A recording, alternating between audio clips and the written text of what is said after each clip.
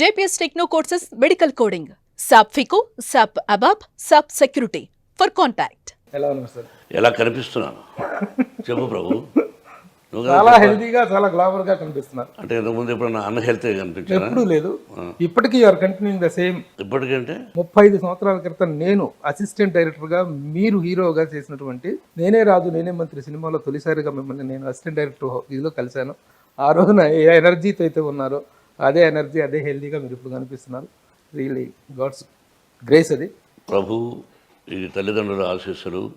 ముఖ్యంగా మన ఆరోగ్యం అంటే నిష్కల్మషంగా మనసులో ఏదీ దాచుకోకుండా ఓపెన్గా మాట్లాడుతున్నంత కాలం ఆరోగ్యంగా ఉంటుంది. చిన్న చిన్న తలనొప్పులు రావచ్చు, జ్వరాలు రావచ్చు, ఇంకో కాలు నొప్పి రావచ్చు, ఇంకోటి రావచ్చు, కానీ బట్ ఆరోగ్యంగా ఉండాలంటే మనసులో ఏమి దాచుకోకుండా ఉన్నట్టు మాట్లాడాలి. కల్లా కపటం లేని తనమే మీ ఆరోగ్య రహస్యం అనుకోవచ్చు. అంతే. మీ నట జీవితాన్ని కనుక ఇన్ని సంవత్సరాల నట జీవితాన్ని చూసుకున్నట్టు ఎన్నెన్నో ఒడిదుడుకులు, ఎన్నెన్నో కష్ట సుఖాలు, రకరకాలైనటువంటి ఎత్తుపల్లాలు కనిపిస్తుంటాయి. భయంకరమైనటువంటి అవును కనిపిస్తూ ఉంటాయి. అయితే ఈ స్థాయికి చేరుకోవటం వెనుక ఎవరికైనా 3 విషయాలు కలిసి రావడం. ఒకటి టాలెంట్ ప్రతిభ, రెండవది హార్డ్ వర్క్ కష్టపడి పనిచేయటం, మూడవది అదృష్టం. ఈ మూడింటిలో ఏది కలిసి రావటం వల్ల మోహన్ బాబు ఈ స్థాయిలో ఉన్నారు అంటే ఏం చెప్తారు మీరు? ఫస్ట్ది హార్డ్ వర్కే.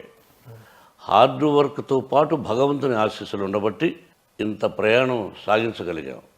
కష్టాలంటావా, పగవాడికి కూడా, నాకు పగవాళ్ళు లేరనుకుంటాను, పగవాడికి కూడా నా కష్టాలు రాకూడదు, వద్దు, నా కష్టాలు నాతోనే పోని, నా పిల్లలకు కూడా ఉండకూడదు. నేను చేసే మంచి పనులు ఆ ఆశీస్సులు నా బిడ్డలకు ఉండని. ముందుగా నటుడుగా తీసుకున్నట్లయితే ఏ నటుడి కెరీర్లోనూ లేనటువంటి మలుపులు, ట్విస్టులు మీ జీవితంలో కనిపిస్తాయి.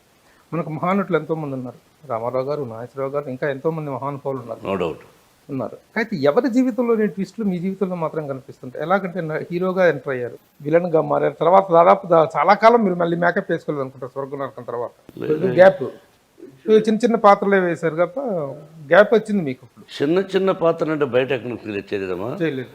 చిన్న పాత్రలు అంటూ చేయలేదు. గురువు గారి దగ్గర సరదాగా ఇది చేస్తావా ఇది చేస్తావా తప్ప బయట కంపెనీలో ఎక్కడ మనం చేయలేదు. ఆ తర్వాత భలే దొంగలు ఒక తారా స్థాయికి తీసుకెళ్ళేది కృష్ణ గారు, నేను చక్కెర పేరక్క అంటూ ఒక మేనరిజం, చక్కెర మేరక్క అన్నాను. విపరీతమైన పాపులారిటీ ఆ మేనరిజానికి. ఆ మేనరిజమ్స్ అనేటువంటి పాపులర్ అయింది కూడా ఆ సినిమా నుంచి. అవును సార్. అంతకుముందు ఎస్వి రంగారావు ఒక డైలాగులు చెప్పేవారు కదా తప్ప తర్వాత అది కంటిన్యూ చేసినటువంటి ఘనత మీదేదే. అయితే అట్లా హీరోగా స్టార్ట్ అయ్యారు, విలన్గా టర్న్ అయ్యారు, మళ్ళీ కొంతకాలానికి హీరో అయ్యారు, మళ్ళీ కొంతకాలానికి విలన్ అయ్యారు, మళ్ళీ హీరో అయ్యారు, ఫైనల్గా హీరోగా సెటిల్ అయ్యారు. తర్వాత ఈ రోజున క్యారెక్టర్ యాక్టర్గా విభిన్నమైనటువంటి పాత్రలు పోషిస్తారు. ఫైనల్గా సక్సీడెడ్ అనేటువంటి టర్నింగ్స్ మాత్రం మీ దగ్గరే కనిపిస్తుంది. ఎందుకు ఇన్ని టర్న్స్ రావాల్సిన అవసరం? ఫెయిల్యూర్స్ వచ్చాయిగా, వరుసగా సక్సెస్ వచ్చి ఓకే. నేను విలన్గా ప్రసిద్ధికి ఎక్కాను, కమెడియన్ విలన్, క్యారెక్టర్ ఆర్టిస్ట్గా. అవి లేనప్పుడు హీరోగా చేసాం, హీరోగా ఒక సక్సెస్, హీరోగా ఫెయిల్ అయ్యింది. 2-3 వరుసగా ఫెయిల్ అయిపోయే లోపల ఖాళీగా ఉండడం ఎందుకని విలన్గా యాక్ట్ చేశాను. నేను విలన్గా యాక్ట్ చేసి హీరోగా వచ్చాను కదా, ఆ విలన్ గ్యాప్ అలాగే ఉండిపోయింది. I feel till today. కాబట్టి డైలాగులు ఎన్ని రకాలుగా చెప్పాలను విలన్గా చెప్పాం. హీరోగా అన్ని రకాల మరుపులు ఉండవు నాకు తెలిసినంత వరకు. ఏదో కొన్ని సినిమాలు తప్ప, పెదరాయుడు, అడవిలో ఉన్న అట్లాగా తప్ప, విలన్గా రకరకాలుగా విరుపులు, మేనరిజమ్స్ ఆయన చేయొచ్చు. అంటే నటుడుగా మీరు ఎంజాయ్ చేసిన విలన్గానా? హీరోగా కూడా కొన్ని పాత్రలు, అల్లుడు గారు, అసెంబ్లీ రౌడీ గారి పెళ్ళం, బ్రహ్మ, మేయ చంద్రకాంత్, పెదరాయుడు, అల్లరమగుడు, సో ఇలా ఒక లిస్ట్ ఉంది. అంటే ఆ శ్రీలతలు ఎక్కువగా ఉండవు. దొందరదా లైట్గా ఉన్నా మరి ఘోరంగా ఉండవు. ఒక ఫ్యామిలీతో ఈ సినిమా చూడొచ్చు, నా కూతురుతో ఈ సినిమా చూడొచ్చు అనే చిత్రాలు తీసాం. అంటే మీ లైఫ్లో ఉన్నటువంటి ఒక స్ట్రైకింగ్ పాయింట్ ఏంటంటే, ఇప్పుడు హీరో నుంచి విలన్గా మారుతున్నప్పుడు విపరీతమైన మదనం ఉంటుంది. విలన్ పాత్ర చేయాల్సి వచ్చింది, మళ్ళీ అదొక ఫాల్గా ఫీల్ అవ్వటం. హీరో క్యారెక్టర్ నుంచి మళ్ళీ విలన్కి రావటం అంటే ఒక ఫాల్గా, ఒక డౌన్ అయిపోయినట్టుగా ఫీలింగ్. మీరు ఎలాంటి మానసిక సంఘర్షణ అనుభవించే వాళ్ళ రోజుల్లో? ప్రభు, నాకు నేనుగా హీరో వేశాను, అక్కడ ఫెయిల్ అయితే మళ్ళీ అక్కడికి వస్తున్నాను అని ఆవేదన కానీ దిగులు కానీ లేదు. హీరోగా ఫెయిల్ అయ్యానే, నేను తీసిన సినిమా ఫెయిల్ అయ్యానే, డబ్బు పోగొట్టుకున్నానే అని దిగులుండేది తప్ప విలన్గా వేయడానికి నామూషి ఫీల్ అయింది. సిగ్గు పడాల్సిన అవసరం లేదు. నటుడు ఏ పాత్ర అయినా వేయాలి, అదృష్టం రావాలి. నన్ను ఆశీర్వదించారు ప్రజలు. అదే మహానటుడు అన్నయ్య అన్నాడు, ఏమది బ్రదరు జాతకం మాకు అర్థం కావడం లేదు. అటు విలన్ అంటారు, అటు హీరో అంటారు.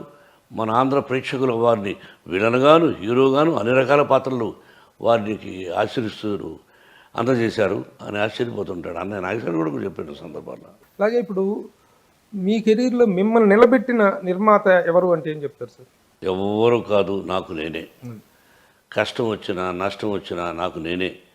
నాకెవరూ సహాయం చేయలే, ప్రకృతి సహాయం చేసింది. ఫెయిల్ అయినా సక్సెస్ అయినా నా బాధ నేనే పడ్డాను. నా ఆస్తులు నేనే సంపాదించిన ఆస్తులు అమ్ముకున్నాను. నేను అమ్ముకున్నాను, సంపాదించిన మంచి మంచి ఆస్తులన్నీ అమ్ముకున్నాను. ఎందుకు? సినిమాలు తీసి సాధిస్తాను అనుకున్నాను. మళ్ళీ సాధించగలిగాను. సాధించగలిగే శక్తిని భగవంతుడు ప్రసాదించాడు కాబట్టి టుడే వీ హ్యావ్ యూనివర్సిటీ. సొంత బ్యానర్ అనేటువంటిది ప్రారంభించాల్సినటువంటి సందర్భము అవసరం మీకు ఏమర్పడింది? అప్పట్లో విలన్గా హీరోగా అన్ని విధాలుగా బ్రహ్మాండంగా చేస్తున్నారు. నిజమే ప్రభు. అంటే మీరు సొంత బ్యానర్ స్టార్ట్ చేయకముందే మీరు ఒక సెలబ్రేట్ హీరో. గృహప్రవేశం ప్రభాకర్ రెడ్డి గారు గృహప్రవేశం ప్రభాకర్ రెడ్డి గారు, జయసుధ గారు హీరోయిన్. అలానే కాదు, చాలామంది హీరోలు సొంత బ్యానర్లు పెట్టారు. అది చూసి అరే మనం కూడా సొంత బ్యానర్ స్టార్ట్ చేద్దామని అన్న నందమూరి తారక రామారావు గారు, మా అన్నయ్య, ఆ అన్నయ్య చేతుల మీదుగా విజయగార్డెన్లో ఫస్ట్ కొబ్బరికాయ కొట్టించాను. సొంత బ్యానర్ స్టార్ట్ చేయడానికి మీకు మనకి ఇన్స్పిరేషన్ హీరోలు ఇద్దరు ఉన్నారండి. ఒకరు రామారావు గారు, ఒకరు కృష్ణ గారు. అవును. అండ్ వాళ్ళిద్దరు చేసినంత వెంచరస్ ప్రొడక్షన్ అనేటువంటిది ఎవరు చేయలేదు. మిగతా చాలా మంది ప్రొడ్యూసర్లు ఆ విధంగా లేదు, వాళ్ళిద్దరి స్థాయిలో ఎవరు ఎవరు చేయలేదు. వీళ్ళిద్దరిలో ఎవరు మీకు ఇన్స్పిరేషన్ ఓన్ బ్యానర్ విషయంలో? అట్లా అప్పట్లో ఏమి అట్లా అనుకోలేదు ప్రభు. కాకతాళీయంగా జరిగిందే కానీ నిర్మాతగా ఒకరి ఇన్స్పిరేషన్ కాదు. మీరు బ్యానర్ స్టార్ట్ చేయడం అనేటువంటిది మీ గురువు గారికి ఇష్టం ఉందండి? అప్పట్లో ఆయనకి ఇష్టం ఉండేది కాదు, ఈయన డబ్బు పోగొట్టుకుంటాడేమో అని. అల్లుడు గారితో స్టార్ట్ అయినటువంటి మోహన్ బాబు గారి ఫేస్ అనేటువంటిది తిరుగు లేకుండా అప్రఖ్యాతంగా సాగింది. సొంత బ్యానరే. అదే సొంత బ్యానర్లో ఈ రోజున మీకు చాలా చాలా ఫెయిల్యూర్స్ ఎదురవుతాయి. అడుగు భయపడతావు ఎందుకు? భయపడలేదు. ఫెయిల్యూర్ కాని వాళ్ళు ఎవరు? ఫెయిల్యూర్స్ వస్తున్నాయి. ఫెయిల్యూర్స్ మనం కొనుక్కోలే, అవి వస్తున్నాయి. లక్ష్మీ అంటే ప్రసన్న పిక్చర్స్ మన ప్రయాణంలో ఎక్కడో తప్పు జరుగుతూ ఉంది. అంటే మన సెలక్షన్లో తప్పు జరుగుతూ ఉంది. మన దర్శకుడు కానీ అది కథ కానీ ఎన్నుకునే విధానంలో తప్పు కానీ. ప్రేక్షకులు ఎప్పుడూ గొప్పవాళ్ళే, మంచి పిక్చర్స్ ఆదరిస్తారు. మంది తప్పు ఎస్ ప్రయాణంలో అంటే సెలెక్ట్ చేసుకునే విధానంలో. ఇదే మైండ్ అప్పుడు సెలెక్ట్ చేసింది, అదే మైండ్ ఉండేది. భగవంతుడు అది ఇచ్చింది భగవంతుడే, ఇది ఇచ్చింది భగవంతుడే. కాబట్టి there is a failures, I have failures. అంటే ఇప్పుడు ఆ రోజు నుంచి ఈ రోజుకి మీ అనుభవం పెరిగింది. కానీ అనుభవం పెరిగినప్పుడు ఇంకా అద్భుతమైనటువంటి ఫలితాలు రావాల్సి ఉండగా పెరిగిన అనుభవం అనేటువంటిది ఫెయిల్యూర్స్కి కారణం అవటం ఏంటి అనేటువంటిది చాలా తప్పు ప్రభు. మన సినిమా పరిశ్రమ కేవలం అదృష్టం. సెలెక్ట్ చేసేది కథా రచయిత, దాన్ని ఇష్టపడేది దర్శకుడు, వాళ్ళిద్దరూ చెప్పిన దాన్ని ఇష్టపడేది నిర్మాత, ఆ ముగ్గురు చెప్పిన దాన్ని ఇష్టపడేవాడు హీరో. ఇలా నలుగురితో ప్రారంభమైన చిత్రం అప్పట్లో కోట్లు, ఇప్పట్లో వందల కోట్లు. నలుగురే ఫెయిల్యూర్ అయినా నలుగురే, సక్సెస్ అయినా ఫెయిల్యూరే. మేధస్సు ప్రయాణం ఒడిదుడుకునేది జీవితంలో ఎలా ఉంటుందో అలాగే పైరు ఈ సంవత్సరం పెడతాం. ఈ సంవత్సరం ఒక ఎకరాకి 40 బస్తాలు అయితే నెక్స్ట్ ఇయర్ కూడా 40 కాదు 50 వస్తుందని ఇంకోటిదో ప్రయత్నం చేస్తాం. సైకిల్ నుంచి కొట్టుకుపోతుందిగా, మరి అక్కడ మేధస్సు, తెలివితేటలు, రోగం వస్తుందిగా. కాబట్టి దాన్ని ఏమంటాం? దానికి మాత్రం నేనేమంటానంటే విద్యార్థి చదువుకుంటేనే సక్సెస్ అవుతాడు. బాగా కష్టపడి అంటే రాత్రింబగళ్ళు ఏకాగ్రతతో చదివితే వాడు సక్సెస్ అవుతాడు. మనం ఏకాగ్రతతో సినిమా తీస్తాం, అయినా ఫెయిల్యూర్ అవుతాం. కారణం అదృష్టం.